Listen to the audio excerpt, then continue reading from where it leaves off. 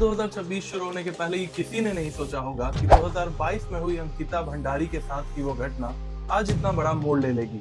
बेटी बचाओ बेटी पढ़ाओ वाले सरकार से एक सवाल तो बनता है कि अगर हम अपनी बेटियों को पढ़ा भी ले, बचा भी ले, लेकिन उसके बाद क्या पढ़ लिख कर कोई छोटी मोटी नौकरी करके अपने परिवार को सपोर्ट कर पाई? और छोड़िए किसी और की बातें, लेकिन क्या अगर किसी ऐसे मामले में कभी आपके नेता मंत्रियों का नाम अलेजेडली भी आएगा तो क्या आप उस पर कोई कार्रवाई करेंगे? क्योंकि कुछ ऐसा ही हो रहा है आज अंकिता भंडारी के केस में।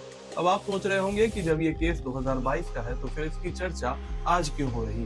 पूरे उत्तराखंड में बंद का आह्वान किया जा रहा है, तो इस केस में आखिर ऐसा कौन सा बड़ा मोड़ आया जिसकी चर्चा आज हम सभी कर रहे हैं? और इस मामले पर कौन सा वो बड़ा अपडेट आया जिस पर सरकार को आज चर्चा करना उनकी मजबूरी बन चुका है? इस केस में और भी क्या कुछ बड़े अपडेट है वो भी मैं आपको बताऊंगा, मगर सबसे पहले आप चैनल को सब्सक्राइब कर लीजिए, इस वीडियो को लाइक कर दीजिए। ये मामला एक बार फिर से तूल पकड़ता है दिसंबर 2025 में, जब एक्ट्रेस उर्मिला सनावर एक ऑडियो जारी करती है और लोगों को ये बताने की कोशिश करती है कि यही है वो वीआईपी जिसका जिक्र अंकिता के चैट्स में हुआ था। क्या करा कि जब एक बच्ची की आवाज, एक बच्ची की चीख पुकार, अंकिता भंडारी हत्याकांड, हमने आवाज उठाई तो हमारी आवाज दबा दी गई। कैसे? हमारे सारे अकाउंट ब्लॉक करके, डिलीट करके, है ना?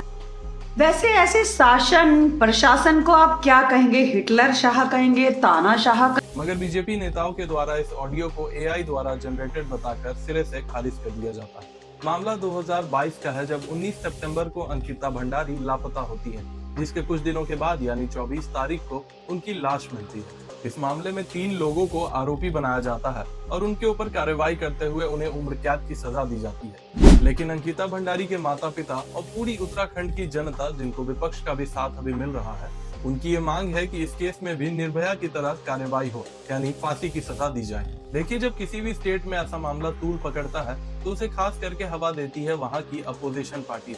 ऐसा ही कुछ हो रहा है अंकिता भंडारी के मामले में, जिसको शुरू में तो सरकार ने भरपूर इग्नोर करने की, अवॉइड करने की कोशिश की, लेकिन जनता के द्वारा मिल रहे लगातार समर्थन के बाद, लगातार जब बंद बुलाए जा रहे हैं, तो सरकार भी इस पर ध्यान देने के लिए विवश नजर आई। लोगों ने लगातार सीबीआई जांच की मांग की, जिस पर कुछ दिनों की अनदेखी के बाद आखिरकार सीएम पुष्कर सिंह धामी ने सीबीआई जांच की भी सिफारिश कर दी है। बेटियों को आगे ला रहे हैं और कह रहे सर्विस दो। अरे धामी, गट्टू को लेके आ, सर्विस हम देंगे उसे। अंकिता भंडारी ने तो जो सर्विस दी बेचारी ने, अगर वो सच्ची ना होती ना तो मरती ना। पहाड़ की बेटी थी, उसने कुछ सोचा था मेरे, ठीक है। लेकिन फिर भी ये प्रोटेस्ट थम क्यों नहीं रहा? क्योंकि लोगों का ये मानना है कि सीबीआई जांच को भी मैनिपुलेट किया जा सकता है, इसलिए लोग ये चाहते हैं कि सुप्रीम कोर्ट की देखी में ये जांच हो। यहाँ पर लोगों के द्वारा मिल रहे जन समर्थन से हमें थोड़ी सी कामयाबी देखने को तो मिल रही है, क्योंकि आमतौर पर जो देखा जाता है कि हर जगह की सरकार ये कोशिश करती है कि जब भी किसी तरह का ऐसा प्रोटेस्ट या फिर मामला तूल पकड़े तो उसे विपक्षियों के सर थोप दिया जाता है। ये कह दिया जाता है कि अपोजिशन बस अपनी राजनीति से रही है। लेकिन कम से कम उत्तराखंड में ये देखने को हमें मिला कि लोगों के मांग के कारण सरकार को आखिरकार घुटने टेकने पड़े और सीबीआई जांच की सिफारिश करनी पड़ी। अब ये मामला इतना खास क्यों बनता है? जब 3 आरोपियों को गिरफ्तार करके उन्हें उम्र कैद की सजा दे दी गई, तो फिर भी आज इसकी चर्चा क्यों हो रही है? इसके पीछे वजह है एक वीआईपी नाम।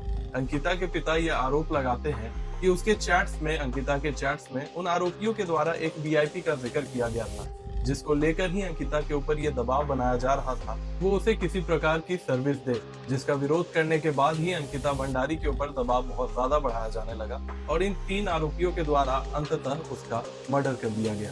उत्तराखंड में लोगों का प्रोटेस्ट, अंकिता के माता पिता का लगातार ये मांग करना, अपोजिशन का इस मामले को तूल देना तो समझ आता है, लेकिन ये मामला इतना गंभीर है कि इसमें बीजेपी के छोटे नेताओं ने भी नाराजगी जाहिर की। बेटियों को आगे ला रहे हैं और कह रहे सर्विस दो। अरे धामी, गट्टू को लेके आ, सर्विस हम देंगे उसे। अंकिता भंडारी ने तो जो सर्विस दी बेचारी ने, अगर वो सच्ची ना होती ना तो मरती ना।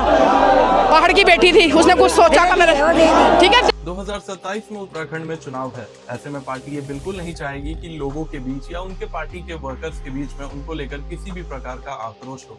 अपोजिशन इस मामले को मुद्दा बना सकती है, इस बात से बीजेपी भी वाकिफ है, इसीलिए वो इस मामले को लेकर जरा सा भी अब इग्नोरेंट नहीं है। लेकिन अंकिता भंडारी का मामला इतना खास क्यों बन जाता है? वो इसलिए क्योंकि ये ऐसे स्टेट में हुआ है जहाँ की सरकार सबसे ज्यादा वुमेन सेफ्टी का ढोंग करती है।